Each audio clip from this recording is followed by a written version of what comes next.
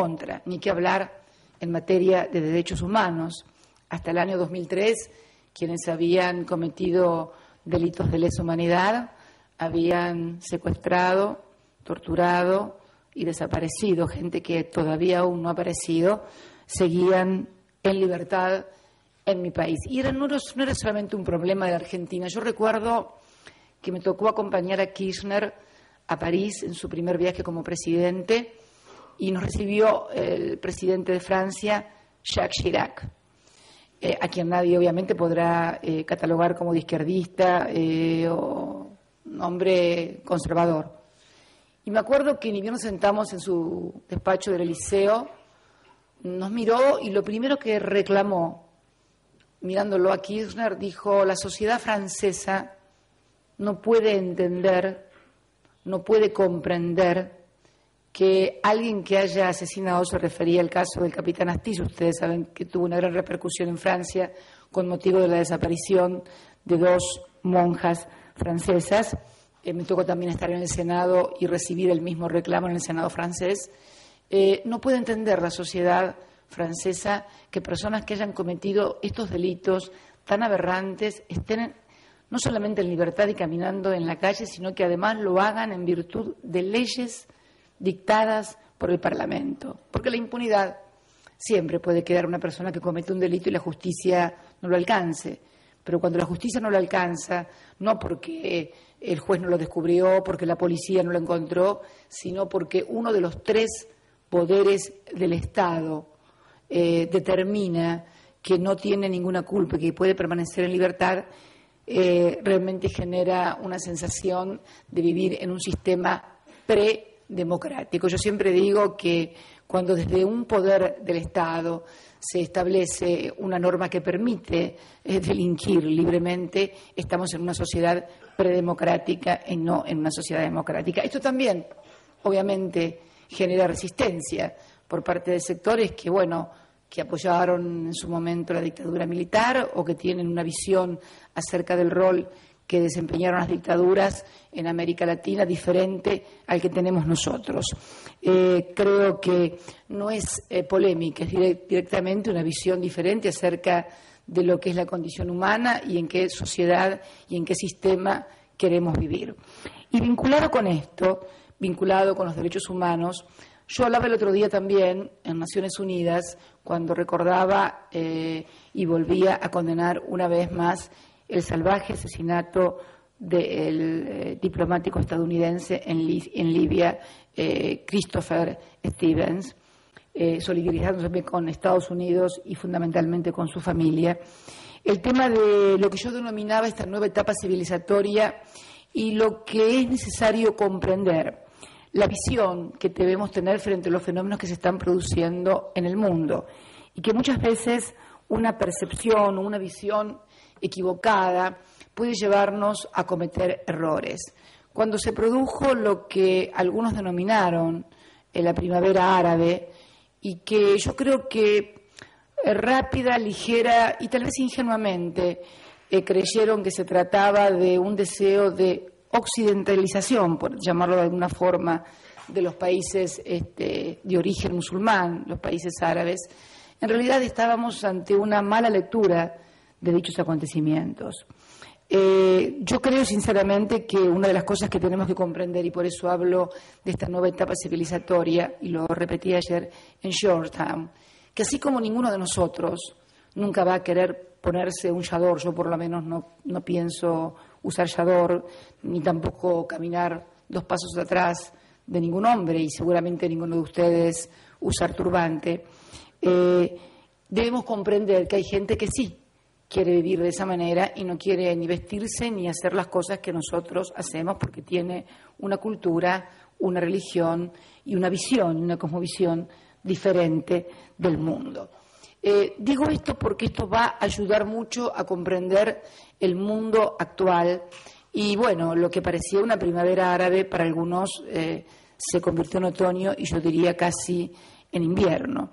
Esto nos obliga a todos a tener una mirada lo más amplia posible, lo más desprovista de prejuicios y con el mayor grado de apertura posible. Sobre todo lo digo en estos ámbitos académicos donde obviamente podemos discutir, podemos debatir, podemos comparar lo que está pasando en el mundo y al mismo tiempo ver cómo podemos utilizar esto, no desde la visión, desde el choque de civilizaciones que nos proponía Samuel Huntington, tampoco como el final de la historia, que también otro catedrático creyó que significaba la caída del muro de Berlín, y nos dimos cuenta que la historia no tiene final, porque dialécticamente el final de la historia es una profunda contradicción, pero sí que esta suerte de nueva etapa civilizatoria pueda a nosotros ayudarnos a reformular pensamientos, a reformular teorías y fundamentalmente a adaptar instrumentos,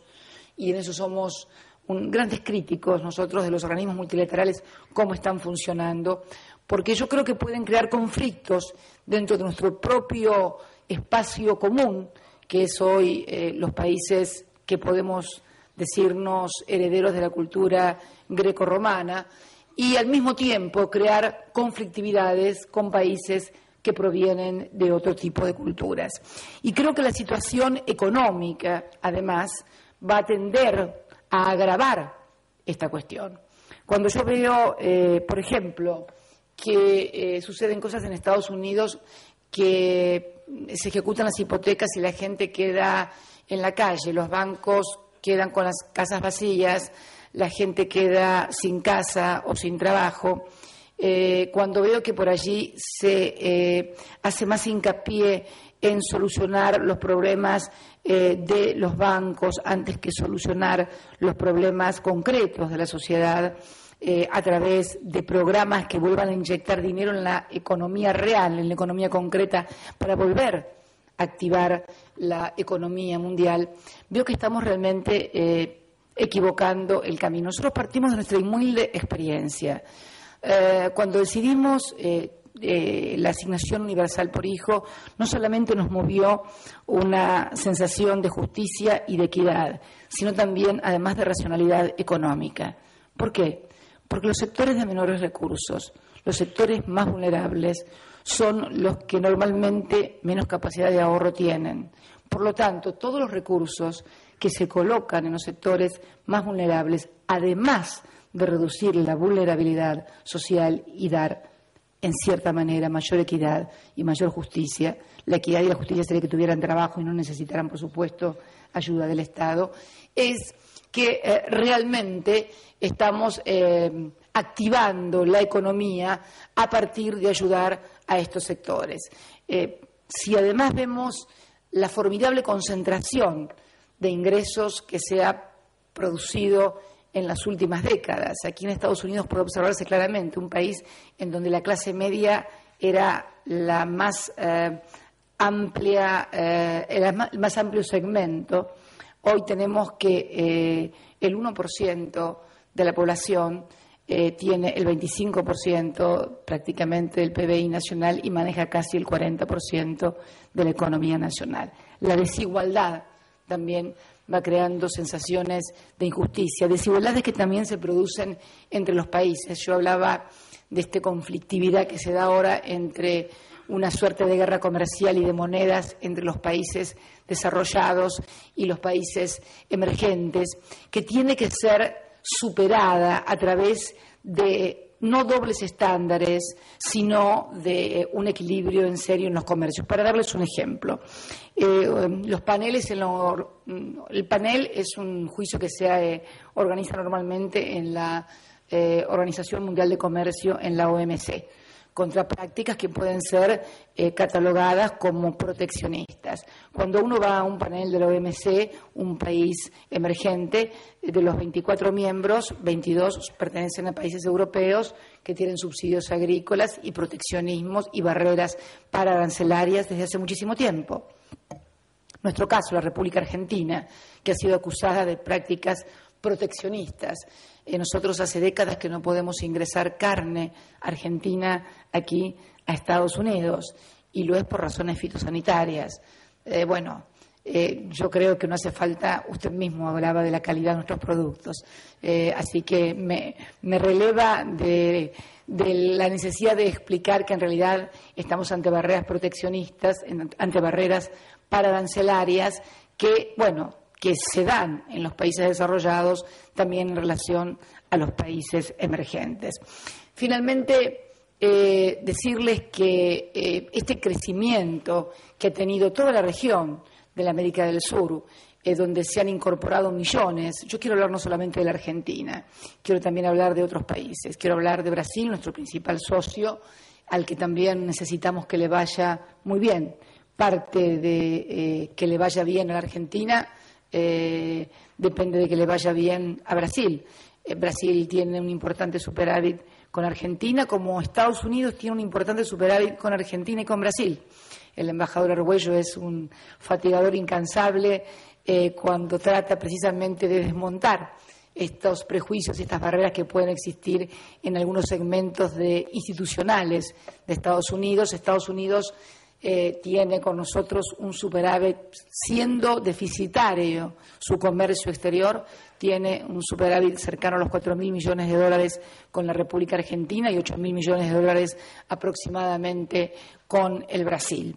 Pese a que su cuenta corriente es deficitaria, su balanza comercial también es deficitaria, pero bueno, es moneda de reserva, emite dólares, por lo cuanto su déficit puede ser ilimitado. El problema es que está creando, con una desvalorización del dólar, también una revalorización de las monedas. Y hoy, en este mundo sin precios, a partir de que se ha perdido la noción de competitividad, porque en definitiva hay una gran guerra de precios, de monedas, etcétera, necesitamos imperiosamente restablecer instrumentos globales que no son los que hoy están. Porque está claro que el Fondo Monetario Internacional no tiene ninguna solución para administrar las finanzas. De hecho, no ha podido controlar las finanzas de las últimas décadas en todo el mundo.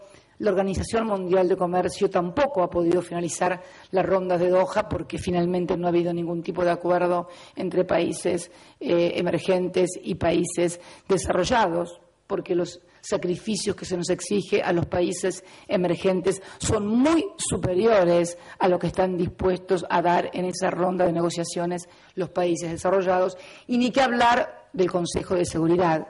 Y con el Consejo de Seguridad quiero terminar porque precisamente la Argentina va a formar parte del Consejo de Seguridad a partir del año que viene, 2013 y 2014. Aprovecho también para decir que por primera vez va a haber una embajadora mujer de la Argentina ante Naciones Unidas, por primera vez en toda su historia, que también es un signo de igualación en los tiempos, en este caso con respecto a los géneros. Pero Consejo de Seguridad que ha permitido que quienes se sientan en el Consejo de Seguridad en carácter de miembros permanentes puedan no cumplir con las resoluciones de Naciones Unidas o violarlas sistemáticamente, como es en el caso de Inglaterra, en relación a nuestra cuestión, a nuestro conflicto sobre la soberanía de las Islas Malvinas. Y, sin embargo, todo el resto de los países que no integran con carácter permanente el Consejo de Seguridad, bueno, tienen que respetar rigurosamente las reglas. Porque digo que también el Consejo de Seguridad ha perdido funcionalidad. ¿Qué debería ser el Consejo de Seguridad? El instrumento donde se solucionaran los conflictos en el mundo y no hubiera la conflictividad que, por ejemplo, hoy tenemos en Siria, en Medio Oriente, donde no se puede dar solución a las cuestiones. ¿Por qué? El Consejo de Seguridad nace luego de la Carta de San Francisco y luego de la Segunda Guerra Mundial. Cuando surge la Guerra Fría, el mundo se divide en un mundo bipolar y estaba el temor del holocausto nuclear. Entonces, todos los que podían provocar el holocausto nuclear estaban sentados en ese Consejo de Seguridad, que eran en definitiva los vencedores de la Segunda Guerra Mundial, y de esta manera neutralizar a partir del temor del uno con el otro cualquier amenaza sobre el mundo. El problema es que los que hoy amenazan en el mundo no tienen lugar ni siquiera en el Consejo de Seguridad, ni siquiera están en Naciones Unidas. El terrorismo global no tiene representación en Naciones Unidas y mucho menos en el Consejo de Seguridad. Es más, quienes eran antiguos enemigos en el Consejo de Seguridad, hoy se llevan muy bien, con lo cual el Consejo de Seguridad, concebido luego de la Carta de San Francisco como un instrumento de equilibrio para la seguridad y la paz mundial, ha perdido su funcionalidad por una razón muy sencilla, porque estamos ante un nuevo escenario y porque aquella fotografía de la Segunda Guerra Mundial y de un mundo dividido en dos ha terminado, ha concluido y hay un mundo diferente. Y seguimos y queremos y pretendemos dar soluciones a un mundo diferente, con problemas diferentes, con realidades diferentes, con actores diferentes, con actores nuevos, de resolver los problemas con los mismos instrumentos. Esto evidentemente no funciona y es necesario replantearlo. No pretendemos desde aquí tener la solución porque, bueno, como digo siempre, estaría hablando en otro lugar, seguramente si tuviera la solución para todos estos problemas, pero sí plantearlos como desafíos al intelecto, como desafíos para el debate y para lograr construir realmente una sociedad más justa, más equitativa, más igualitaria entre los países y fundamentalmente también hacia el interior de los países. Yo le agradezco la invitación a la universidad, le agradezco sus palabras. Lo que usted o lo que yo he contado de la Argentina no significa que la Argentina sea un paraíso o Disney World, primero porque no existe. Disney World, existe, pero en Orlando, es muy lindo. Los que hemos estado nos encanta, pero dura un rato, según la cantidad de plata que tengas. Puedes estar 2, 3 días, 4 días, 5 días, pero indefectiblemente de Disney World te vas, siempre. Puedes irte a una casa más linda, a una casa más fea, puedes tener más o menos plata, pero en algún momento salís al mundo, en algún momento tomás contacto con la realidad.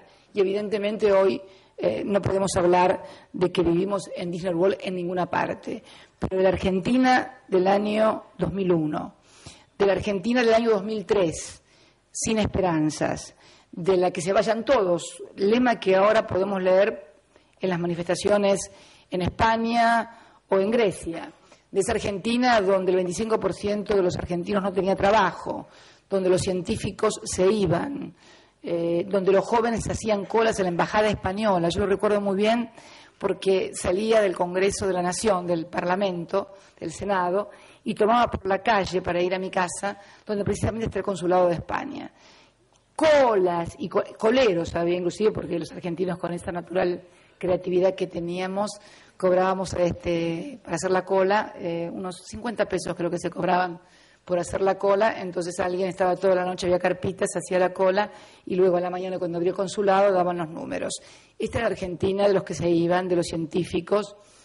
Me agrada mucho que haya mencionado la creación del Ministerio de Ciencia y Tecnología, lo tenemos como uno de los logros más importantes. Estamos destinando a la educación 6.47 del PBI nunca y 1% del PBI a las universidades en este último presupuesto que hemos presentado en el año 2013. Hemos lanzado un programa como el de Conectar Igualdad, que es suministrarle a cada uno de nuestros alumnos secundarios de las escuelas públicas y gratuitas que tenemos, así como a las universidades. Yo soy una egresada de Universidad Nacional Pública y Gratuita, uno de los pocos países del mundo donde las universidades son gratis y donde además se permite el ingreso, vienen a estudiar de todas partes de Latinoamérica también a nuestro país. Faltan muchísimas cosas, tenemos todavía un 32% de trabajo en negro. Tenemos gente que no está registrada, tenemos 7,2, 7,3% de desocupación, habíamos llegado a un 6,9, pero subimos un poquito a partir, bueno, una cuestión estacional, pero también una cuestión de la crisis mundial. Tenemos hoy una cantidad de reservas. Y hablando de las reservas, usted mencionaba como medida polémica también que habíamos pagado con las reservas. No fue una medida polémica, fue una medida que polemizaron algunos que querían que nos endeudáramos.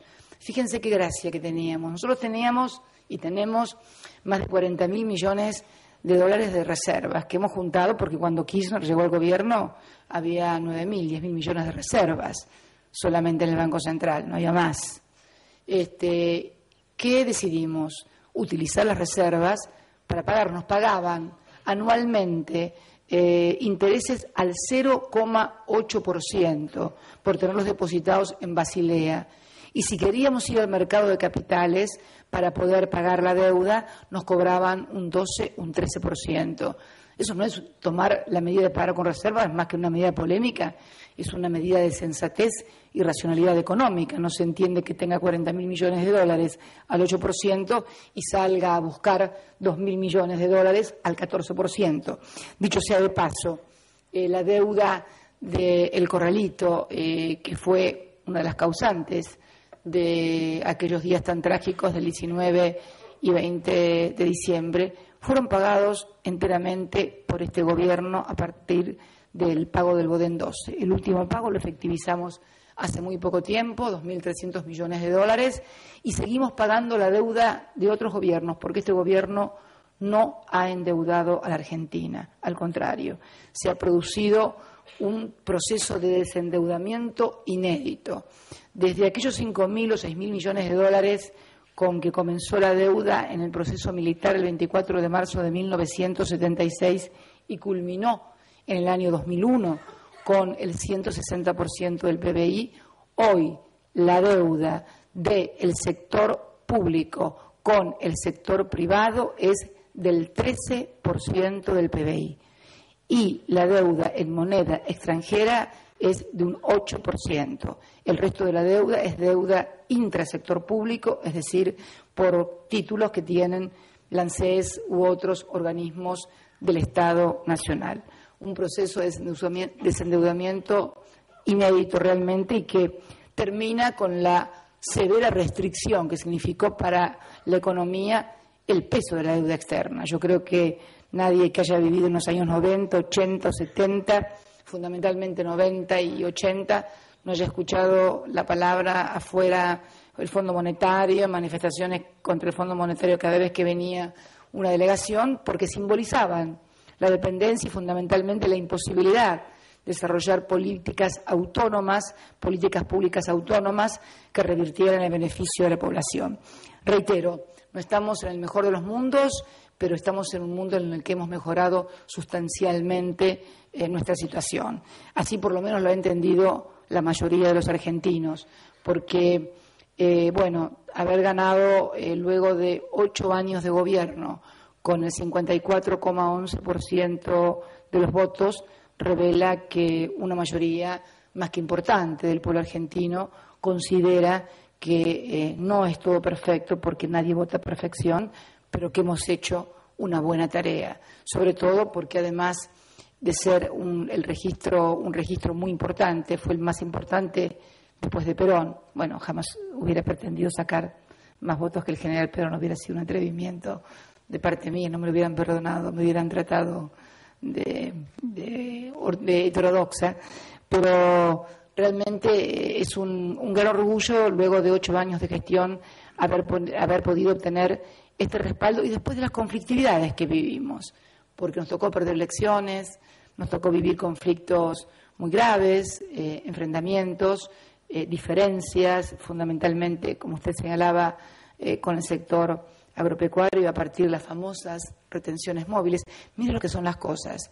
Hace pocos días acabamos de poner retenciones móviles a pedido de los productores de biodiesel, que son un sector agroindustrial, por las variaciones precisamente de los precios internacionales. Pero bueno, esas son etapas superadas, conflictos superados, y lo que es importante es que tenemos que aunar esfuerzos, y a esto no me refiero únicamente a los argentinos, sino a la comunidad internacional, para lograr sobrellevar y superar esta crisis que está convirtiéndose decididamente en política.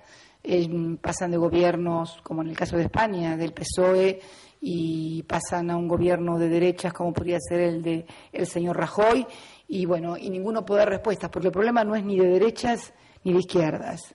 El problema es de concebir el crecimiento de un país como el único instrumento posible, y hacerlo con equidad, con justicia, y fundamentalmente, yo creo, a mi parecer, va a terminar más tarde o más temprano en una gran reestructuración de deuda por parte de los países, porque no les va a hacer posible hacer frente al pago de tal nivel de endeudamiento, más aún con programas de austeridad y de ajuste. Por eso quería no solamente hablar de la Argentina, sino hablar del mundo. Hablar de la Argentina sería como pretender ser lo único en el mundo y no tener ninguna relación de dependencia ni conexidad. Hoy somos un mundo muy interconectado, muy interdependiente, y todo lo que pasa en un lado, de algún modo u otro, repercute en otro lado. Por eso el deseo ferviente de que los líderes de los países que hoy tienen graves crisis y que han sido responsables, en definitiva, sus dirigencias, de no haber advertido lo que venía, bueno, encuentren el camino y la solución y estén más dispuestos a escuchar nuevas recetas, nuevos caminos, nuevas estrategias y nuevas políticas. Resulta muy difícil que los mismos remedios que causaron la enfermedad curen al enfermo. Está claro que hay que cambiar o de médico o de remedio, o de ambas cosas al mismo tiempo. Muchas gracias y bueno, y ahora sí, escucho atentamente